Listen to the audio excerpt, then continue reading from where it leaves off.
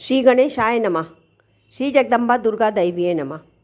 अंतस यात्रा की इस कड़ी में हम आज मन की एक उलझन लेकर के आ रहे हैं।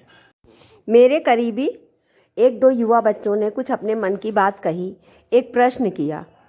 वैसे ये प्रश्न इतना कॉमन है कि जनरली सभी के मन में रहता है, कभी कभी तो सभी के मन में आ ही जाता है कि जो व्यक्ति अच्छा कर्म करता है या सदैव अच्छा करने का प्रयास करता है, उसको अक्सर देखा जाता है कि उसका जीवन परेशानियों में बीतता है, कोई ना कोई परेशानी उसको लगी रहती है।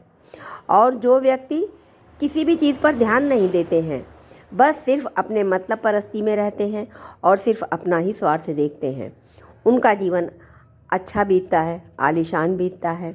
बच्चों का ये प्रश्न सुनकर मन थोड़ा विचलित हो गया कि हाँ, कहीं हमारे संस्कार तो नहीं ढीले पड़ रहे हैं या कम पड़ रहे हैं समझाने के लिए बच्चों को। कहीं ना कहीं हम सबका दायित्व है अपनी संस्कृति से, अपने धर्म से। धर्म का मतलब वास्तविक धर्म, ये नहीं कि आज किसी ने ये कहा, कल किसी ने वो कहा। हिंदू धर्म में हमारे बहुत ही लचीलापन है, एक विश्वास है, आडंबर नहीं है। लेकिन कालांतर में अब ये आडंबर बनता जा रहा है। हमारे वेद क्या कहते हैं ये किसी को नहीं पता है। बच्चों की क्या कहें, अभी तो माता पिता ने, यहाँ तक नानी नाना दादी बाबा ने भी वेदों का अध्ययन शायद ना किया हो। कम ही लोग ऐसे हैं कि जिन्होंने वेदों का अध्ययन किया हो। रही पुराणों की बात, तो पुराण भी समय समय पर हमारे मनीषी लिखते चले आए हैं, हमारा मार्गदर्शन करते चले आए हैं। बाबा तुलसीदास जी ने रामायण लिखा। श्री राम के जीवन पर आधारित यह ग्रंथ सामाजिक ग्रंथ है। इसका पठन पाठन ही नहीं, इसको विचार में भी लाना चाहिए, व्यवहार में भी लाना चाहिए। लेकिन बहुत कम ही लोगों ने रामायण का संपूर्ण अध्ययन किया होगा, या कभी किया भी होगा तो उस पर विचार नहीं किया और अपने व्यवहार में तो कतई नहीं लाए। श्री राम का जीवन एक ऐसा आदर्श जीवन है कि जहाँ चारों भाइयों का प्रेम अतुलनीय है। पिता की आज्ञा श्री राम ने मानी, पिता न कहें बल्कि सौतेली माँ की इच्छा अनुसार उन्होंने 14 वर्ष का वन गमन सहर्ष स्वीकार कर लिया, किंचित भी प्रश्न नहीं किया। चाहते तो वो पिता से प्रश्न कर सकते थे, माँ से प्रश्न कर सकते थे, लेकिन नहीं, ये उस समय का आदर्श था। और लक्ष्मण, भरत और शत्रुघ्न जैसे भाइयों ने भी कितना अद्भुत उदाहरण दिया है। भरत 14 वर्ष तक नंदीग्राम में रहे, वनवासी जीवन जिया। लक्ष्मण श्री राम के साथ रहे और शत्रुघ्न भरत की आज्ञा मान करके राजकाज संभालते रहे। श्री राम की चरण पादुका को सिंहासन पर रखा। ये हमारा उत्कृष्ट उदाहरण है हमारे समाज का। आज कितना सामाजिक परिवर्तन हुआ। एक एक फीट की जगह के लिए आज दो भाई आपस में लड़ मरते हैं। मुकदमा, कचहरी, कोर्ट केस कितने बढ़ गए हैं। ये सब का क्या कारण है? हमारी लालच है, लोलुपता है। भाई भाई के संबंधों की क्या बात करें।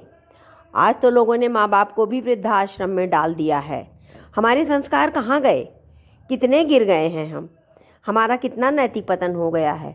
और ऐसे में हम पूजा पाठ और बाहरी आडंबरों में इतना घिर गए हैं कि जीवन की सफलता के लिए, जीवन में तरक्की प्राप्त करने के लिए, तरक्की क्या, सिर्फ आर्थिक तरक्की, उसको प्राप्त करने के लिए आज हम ये टोटके वो टोटके, इतने टोटके चल गए हैं, इतने आडंबर वाली पूजा पाठ चल गई है कि उसके चक्कर में हम पड़े रहते हैं। हमने अपने धर्म को बाहरी आडंबरों का ढेर बना लिया है, जिसके कारण आज मनुष्यता नहीं रही है। यह विषय तो बहुत ही वृहद है, यहाँ हम विषय से भटक रहे हैं। विषय है कि बुरे कर्म वाले लोगों के साथ हमेशा अच्छा होता है और अच्छे कर्म वाले लोगों के साथ क्यों बुरा होता है। तो हम सब किसकी संतान हैं? एक परम पिता परमात्मा की संतान हैं। हम आत्मा हैं और वो परम आत्मा है। हमें मनुष्य योनि किस लिए मिली है? हमें पशु योनि क्यों नहीं मिली है? सर्वश्रेष्ठ मनुष्य योनि पाकर भी हम परम पिता परमात्मा पर दोषारोपण कर रहे हैं कि वो बुरे कर्म करने वालों को अच्छा फल देता है। भला एक माता पिता अपनी संतानों को एक ही कर्म का अलग अलग दंड क्यों देंगे? हमें अपने पिता पर पूरा भरोसा रखना चाहिए कि वो एक कर्म का एक ही फल देंगे, चाहे जो भी हो। हाँ, बात आती है कि आज हम जो देख रहे हैं, मेरे सामने जो दिख रहा है कि बुरा करने वाला आज बहुत सुखी है, तो उसके पीछे का कारण भी जानिए। ज़्यादातर लोग जानते ही होंगे, पर जब आदमी विपत्तियों में फंसा रहता है तो वो इस पर विचार नहीं कर पाता। अपनी मुसीबतों के चलते, अपने दुखों के चलते वो कभी कभी ईश्वर पर से भी अपना विश्वास खो बैठता है। लेकिन आप बताइए, जैसे आज आपने अपने खेत में बीज बोया है तो वो तुरंत ही तो नहीं फल देगा। समय आने पर उस बीज को प्रॉपर पानी चाहिए, धूप चाहिए, हवा चाहिए, वर्षा चाहिए। जब बहुत अच्छे वातावरण में हम उस बीज को पनपने देंगे तो वो हमें अच्छी फसल देगा, अन्यथा वो फसल हमारी मुरझाई हुई होगी, आधी अधूरी होगी। इसी प्रकार हमारे कर्म हैं। जब हम शुद्ध मन से, निष्पाप मन से अपने कर्म करते हैं तो वो कर्म हमें बहुत अच्छा फल देते हैं। परंतु जैसे खेत में हम बीज डालते हैं या कोई पौधा लगाते हैं तो उसके परिपक्व होने का इंतज़ार करते हैं। वो बीज हमें तुरंत ही फल नहीं देता है, हमें समय का इंतज़ार करना होता है। वैसे ही हमारे कर्म हैं, हमें अपने कर्मों के बीजों को पकने तक इंतज़ार करना चाहिए। और कभी कभी ये इंतज़ार इतना लंबा होता है कि मनुष्य को एक जन्म से दूसरा जन्म लेना पड़ जाता है, क्योंकि जन्मों का चक्कर तो ये चलता ही रहता है। हम यहाँ इस पृथ्वी पर जितने दिन के लिए आए हैं उतने ही दिन तो रहेंगे, और यदि हमारे कर्मों के बीज उस समय तक नहीं पके हुए हैं, यानी फसल नहीं तैयार हुई है, तो हम उनका उपभोग कैसे कर सकते हैं, चाहे वो पाप हो चाहे वो पुण्य हो। और कर्मों का तो अकाट्य भोग है, वो हमें भोगना ही है, चाहे वो हमारे शुभ कर्म हो या हमारे अशुभ कर्म हो। यह हमारा भौतिक जीवन अंतिम अवस्था नहीं है, यह आगे के दिव्य जीवन की एक कड़ी है। हम अपने जीवन में जितना जो भी पुण्य कर्म करेंगे या अच्छा कर्म करेंगे उसका पुण्य फल हमें आज नहीं तो कल अवश्य मिलेगा, वो कहीं नष्ट नहीं होता है। इसी प्रकार यदि हम बुरा काम करेंगे, पाप कर्म करेंगे, तो उसका भी फल हमें ज़रूर भोगना पड़ेगा। मनुष्य योनि कर्म और भोग की दोनों योनियां हैं, ये आप सभी जानते होंगे। मुझे इन सब में कोई पांडित्य नहीं है, ना ही मैंने बहुत ज़्यादा अध्ययन किया है। फिर भी जो कुछ अध्ययन, जो कुछ अनुभव के द्वारा मुझे मिला है, तो बच्चों का प्रश्न सुनकर मेरा मन विचलित हो गया। उसी के लिए हमने थोड़ा सा प्रयास किया है। हमारे बच्चों के मन में ये धारणा न बैठ जाए कि जो अच्छा कर्म करता है उसे तो सदैव ही परेशानियां भुगतनी पड़ती हैं। इस विषय में एक बार नारद जी को भी संशय हो गया था। उन्होंने कहा, प्रभु, जो अच्छा करता है वो परेशानी में रहता है, और जो बुरा कर्म करता है उसको आप अच्छा अच्छा देते हैं। तो श्री हरि बोले कि नारद जी, आपके प्रश्न का मैं उत्तर बाद में दूंगा, चलिए पहले पृथ्वी का भ्रमण कर आएँ। तो वो दोनों लोग मनुष्य रूप में पृथ्वी पर का भ्रमण करने आए। भ्रमण करते करते श्री हरि ने कहा कि नारद जी, मुझे प्यास बहुत लगी है। तब उनको एक घर मिला दिखा सामने, जो बहुत आलीशान था। नारद जी और श्री हरि ने अच्छा संत का रूप रख करके उनके दरवाजे पर दस्तक दी। वहाँ पर सेठ जी ने दरवाज़ा खोला और सामने संतों को देख करके आने का प्रयोजन पूछा। तो भगवान ने अपनी प्यास वाली बात बताई। उसने भगवान को जल्दी से पानी दिया। नारद जी और श्री हरि दोनों को जल्दी से पानी दिया। उसको कुछ काम की जल्दी थी, इस प्रकार से उसने जल्दी से पानी दिया और नमस्कार करके अपने काम में व्यस्त हो गया। जब भगवान आगे चले तो उन्होंने पीछे मुड़कर देखा और उसको कहा कि खूब धन धान्य बढ़े और तुम्हारे यहाँ खूब लक्ष्मी बढ़े। अब आगे जब चले तो थोड़ी दूर चलने के बाद भगवान ने फिर नारद जी से कहा कि मुझे प्यास लगी है। नारद जी सोचने लगे कि भगवान जी को आज कितनी प्यास लगी है, फिर भी क्या करते। आगे उनको एक दीनहीन झोपड़ी दिखाई दी। तो वहाँ पर प्रभु ने और श्री नारद जी ने दो निर्धन व्यक्तियों का रूप ले लिया और गए। उन्होंने झोपड़ी का दरवाज़ा खटखटाया तो एक वृद्धा निकली, और वृद्धा बहुत जीर्ण शीर्ण थी, बहुत ही कृशकाय उनका शरीर था। उसने द्वार खोला और सामने दो अतिथि आए हुए देख करके बहुत आदर के साथ उनको अंदर ले गईं और बैठाया कि हम आपकी क्या सेवा कर सकते हैं। वो बोले कि मुझे प्यास लगी है, पानी दे दो। तो वृद्धा बोली, आज मेरी तबीयत ठीक नहीं थी तो मैं पानी लाने नहीं जा सकी, इसलिए घर में पानी तो है नहीं।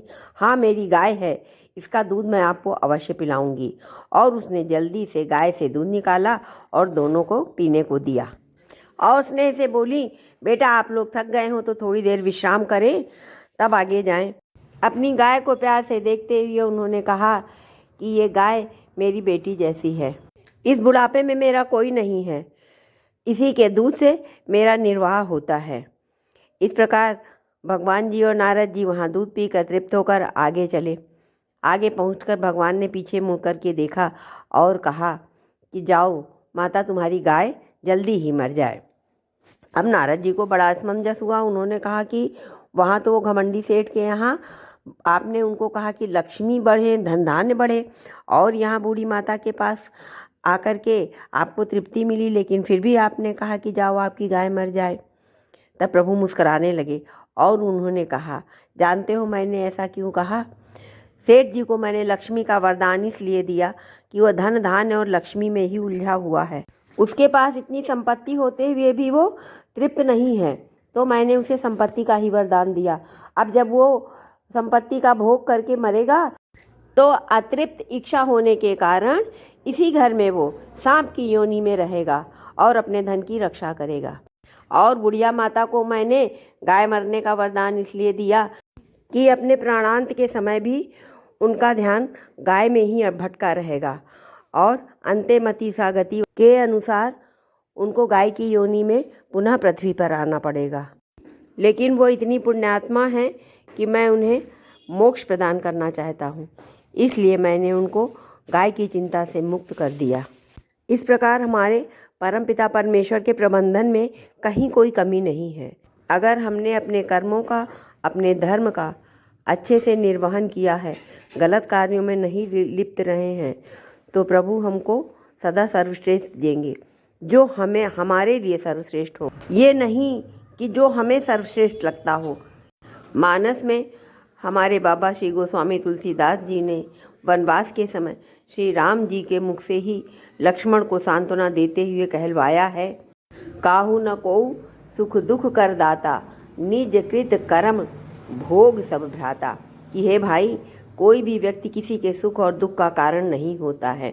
ये हमारे अपने ही कर्म होते हैं जो हमें समय समय पर सुख और दुख प्रदान करते हैं। जब श्री हरि ने रामावतार लिया था तो उन्हें भी अपने कर्म भुगतने ही पड़े थे मनुष्य रूप में, क्योंकि पृथ्वी लोक में जो भी आता है अपने कर्मों के अनुसार ही उसे फल भुगतना पड़ता है। ये आप सभी जानते हैं, इस विषय में मैं क्या कहूँ। बाबा ने यह भी संदेश दिया है, जो जस करई तो तस फल चाका। फिर ये कैसे संभव है कि इंसान कर्म बुरा करे और उसे अच्छा फल मिले, और जो इंसान अच्छा कर्म करे उसे बुरा फल मिले। कुछ बच्चों का ये भी कहना है कि जब सब करता धरता भगवान ही हैं तो वो हमसे गलत क्यों करवाते हैं।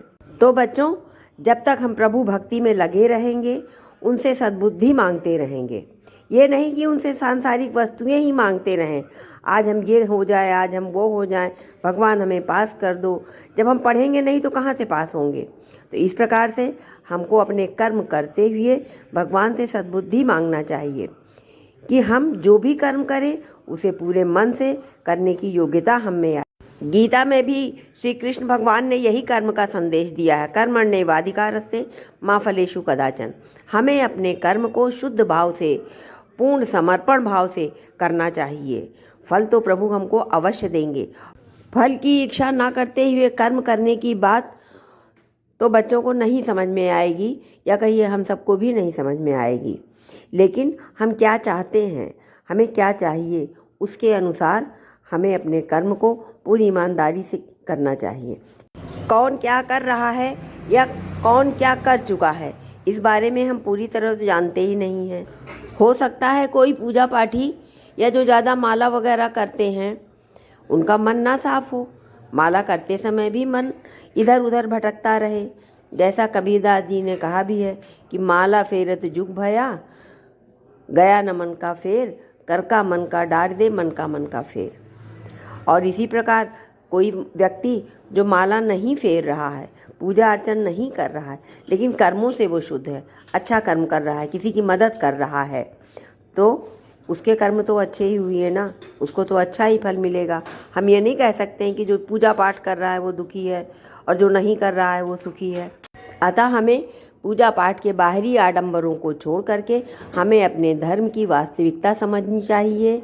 हमें अपने धर्म में अपने परम पिता परमेश्वर पर, अपनी भगवती माँ जगत जननी जगदम्बा पर पूर्ण विश्वास करके अपने कर्मों को शुद्ध, निष्पाप और निस्वार्थ भाव से करना चाहिए।